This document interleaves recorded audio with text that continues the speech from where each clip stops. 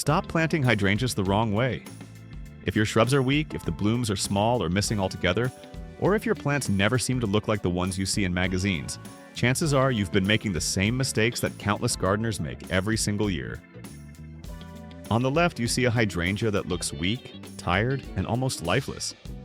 On the right, the same type of plant is bursting with color, covered in full, vibrant blooms. The difference isn't luck. It isn't the weather. It comes down to how the plant was planted. Every year, thousands of gardeners make the same costly mistakes when planting hydrangeas, and the result is years of frustration and poor results. But here's the good news. Once you understand what those mistakes are and how to avoid them, your hydrangeas can thrive just like the one you see in that healthy photo. In today's video, I'm going to reveal the 5 most common and most damaging mistakes people make with hydrangeas, and I'll show you exactly how to fix them so you can enjoy big, beautiful blooms season after season. And make sure you stay with me all the way to the end, because I'll also be sharing a few expert tips that only experienced gardeners know. Secrets that can take your hydrangeas from good to truly spectacular. The first mistake people often make is choosing the wrong location for their hydrangea. Hydrangeas are sensitive plants when it comes to light, and they don't perform well if they're placed in extremes. Too much direct sun, especially the harsh afternoon sun, scorches their leaves, wilts the blooms, and stresses the plant. Too much shade, on the other hand, and you'll end up with leggy growth, fewer flowers, and a shrub that looks like it's always searching for light. Many gardeners think they can plant hydrangeas anywhere in the yard and they'll adapt. But the truth is, placement makes or breaks the plant. Ideally, hydrangeas thrive in a spot that gets morning sun and afternoon shade. That balance gives them enough light to produce abundant blooms, while protecting them from the stress of hot midday rays. Planting them under a tree might sound like a good idea, but tree roots often compete aggressively for moisture, leaving hydrangeas dry and undernourished. On the flip side, planting them in an exposed bed with no relief from the afternoon sun is equally damaging. The key is understanding that hydrangeas are woodland edge plants in their natural environment. They like dappled light, consistent moisture, and protection. When you plant them where they naturally feel at home, they'll reward you with lush growth and spectacular flowers year after year. The second mistake is digging the wrong type of planting hole. This might seem like a small detail, but it has a huge impact on the long-term health of your hydrangea. Too many people dig a hole that is either too deep or too narrow. If the hole is too deep, the crown of the plant sits below soil level, and that often leads to rot, suffocation of the roots, and eventual decline. If the hole is too narrow, the roots never get the chance to spread out and establish a strong foundation. Hydrangeas need room to breathe and expand underground. The proper way to dig a planting hole is to make it twice as wide as the root ball, but no deeper. That wide, shallow hole encourages the roots to spread horizontally, which is how hydrangeas naturally grow. Another common mistake here is not loosening the root ball before planting. When hydrangeas are grown in containers, their roots often circle tightly inside the pot. And if you simply drop them into the ground as is, they'll continue circling and may strangle themselves over time. Gently teasing apart those roots, or even scoring them with a knife in a few places, gives them a chance to break free and grow outward. This simple step at planting makes a dramatic difference years down the line, and it's one that is often skipped. The third mistake is planting hydrangeas in poorly prepared soil. Hydrangeas are not particularly demanding, but they do have preferences. They love rich, well-drained soil that holds moisture without becoming waterlogged. Unfortunately, many people either plant them directly into heavy clay or into sandy soil without amending it. In clay, the roots suffocate and drown because water pools around them, creating a soggy, oxygen-poor environment. In sandy soil, the opposite problem occurs. Water drains away too quickly, leaving the roots dry and stressed. Both extremes are deadly over time. The best soil for hydrangeas is one that is loose, fertile, and full of organic matter.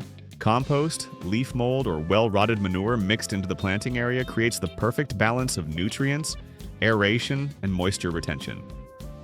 Another often overlooked factor is pH. Many people know that soil pH affects the color of hydrangea blooms. Acidic soil produces blue flowers, while alkaline soil produces pink ones. But beyond bloom color, pH also affects nutrient availability. If the soil is too far off balance, the plant can't access the food it needs, no matter how much fertilizer you add. Taking the time to test your soil and amend it before planting pays off for decades, because hydrangeas can live for a very long time if they're happy where they're planted. The fourth mistake is neglecting proper watering during the establishment period. Hydrangeas are named for their love of water. The word hydrangea literally means water vessel. And yet, overwatering or underwatering are two of the most common reasons these shrubs struggle. Right after planting, hydrangeas need consistent, deep watering to help their roots settle in. What many gardeners do wrong is giving them light, frequent sprinkles that only moisten the surface. This encourages shallow roots, which makes the plant more vulnerable to drought and heat stress. The opposite mistake is drowning them with too much water, creating soggy conditions that promote rot. The goal is deep watering, about once or twice a week, depending on your climate, so the moisture penetrates down to the root zone. Mulching around the base of the plant is another essential step that people skip. Mulch locks in soil moisture, keeps the roots cool, and suppresses weeds. A 2 to 3 inch layer of organic mulch like shredded bark or compost makes a huge difference in stabilizing the environment around your hydrangea. Without it, the soil dries out too quickly, and the plant suffers. Those opening photos we saw, the thriving plant had a neat mulch ring, while the struggling one had bare, exposed soil. Details like this may seem minor, but they add up to a huge difference over time. The fifth mistake, and perhaps the most heartbreaking, is improper pruning. So many people get excited to tidy up their hydrangeas in the fall or spring, only to accidentally cut off all the flower buds. Different hydrangea varieties bloom on different types of wood, and not understanding this leads to years without flowers. Big leaf hydrangeas, for example, often bloom on old wood, meaning they set their flower buds in late summer for the following year. If you cut them back in fall or spring, you're literally removing next season's blooms. Panicle and smooth hydrangeas, on the other hand, bloom on new wood, so they can be pruned more freely without sacrificing flowers. The mistake comes when gardeners treat all hydrangeas the same and give them a harsh haircut at the wrong time. Another pruning error is cutting them down too aggressively, thinking it will rejuvenate them, when in reality it just weakens the shrub. Hydrangeas rarely need heavy pruning, often just a light trim to shape them and remove dead or crossing branches. Understanding what type of hydrangea you have and pruning accordingly is the key to keeping those spectacular blooms year after year. It's one of the most common and most painful mistakes people make, but also one of the easiest to fix once you know the rules. There are also a few extra tips that seasoned gardeners swear by, small details that might not seem important at first glance but can make the difference between an average hydrangea and one that truly steals the show. One of the most valuable tips seasoned gardeners share is the importance of acclimating hydrangeas before planting them in the ground. Many people buy hydrangeas from garden centers where they have been grown in controlled conditions with perfect watering and shade cloths overhead. If you take that plant and immediately stick it into your sunny garden, the sudden shock of new light, new soil, and different temperatures can set it back dramatically. Experienced growers harden off their hydrangeas first. They place them outside in dappled shade for a few hours each day, gradually increasing their time outdoors over the course of a week. By the time the plant is ready to go into the ground, it has adjusted to the real-world conditions, which means it settles in faster and suffers less transplant shock. This step takes patience, but it separates amateurs from experts because it sets the plant up for long-term success. Another professional secret involves the timing of planting. Beginners often assume they can plant hydrangeas whenever they feel like it, but experienced gardeners know that the window matters. The very best time to plant hydrangeas is either early in spring before the heat sets in, or early fall while the soil is still warm, but the air is cooler. Planting in the height of summer forces a young hydrangea to battle heat stress and constant watering demands before its roots are even established. In contrast, spring and fall planting give the shrub time to settle its roots into the soil when conditions are gentler.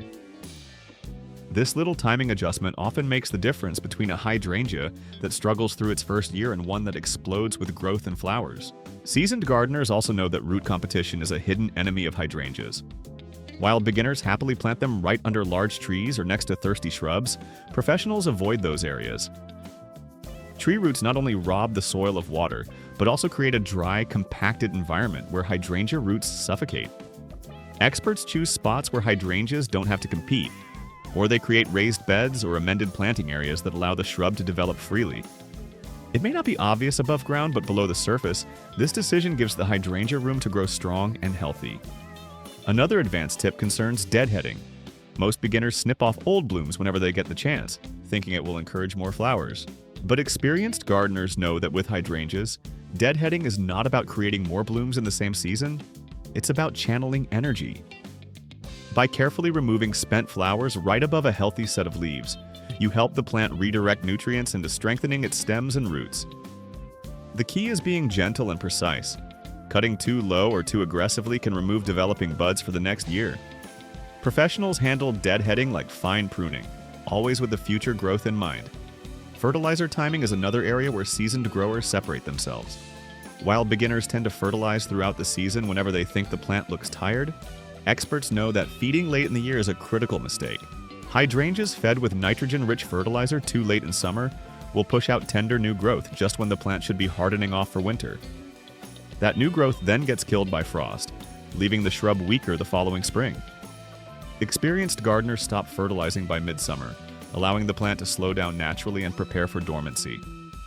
This careful management ensures strong blooms next year instead of weak or damaged canes. And finally, one of the most underrated secrets is winter protection. Many people assume hydrangeas will fend for themselves once the cold weather comes, but professionals know that protecting flower buds through the winter is the key to seeing blooms the next year, especially for varieties that flower on old wood. Simple steps like mulching heavily around the base, wrapping the plant in burlap, or using fallen leaves to insulate the crown can make the difference between a shrub covered in blooms and one with bare stems come spring. Experienced gardeners look at winter as not just downtime, but as an active phase of protecting what the plant has already set in place for the coming season. So when you look back at those comparison photos, the sad, struggling hydrangea versus the vibrant, blooming one, you can now see that success isn't about luck or magic. It's about avoiding these common mistakes and giving the plant what it truly needs from the very beginning. Choosing the right location, digging the correct hole, preparing the soil, watering properly, and pruning with knowledge all make the difference between years of frustration and a lifetime of joy. Hydrangeas are not as fussy as some people believe, but they are particular. And once you learn to work with them instead of against them, they'll reward you with some of the most breathtaking flowers in the garden. If you've been struggling with hydrangeas, don't be discouraged. Most gardeners have made at least one of these mistakes, myself included. The important thing is that you now know what to avoid and how to correct it. The best time to fix a mistake is today, and hydrangeas are resilient plants that can often bounce back once they're given the right conditions. So go take a look at your own plants, see if any of these issues sound familiar, and make the changes they need. Your garden will thank you with blooms that make all the effort worthwhile. And if you found this video helpful, make sure to hit the like button and subscribe so you don't miss future tips on how to grow the healthiest, most beautiful plants possible. Leave me a comment and let me know which of these mistakes you've struggled with, or if you have your own secret to growing stunning hydrangeas. Until next time, happy gardening, and may your hydrangeas always bloom their brightest.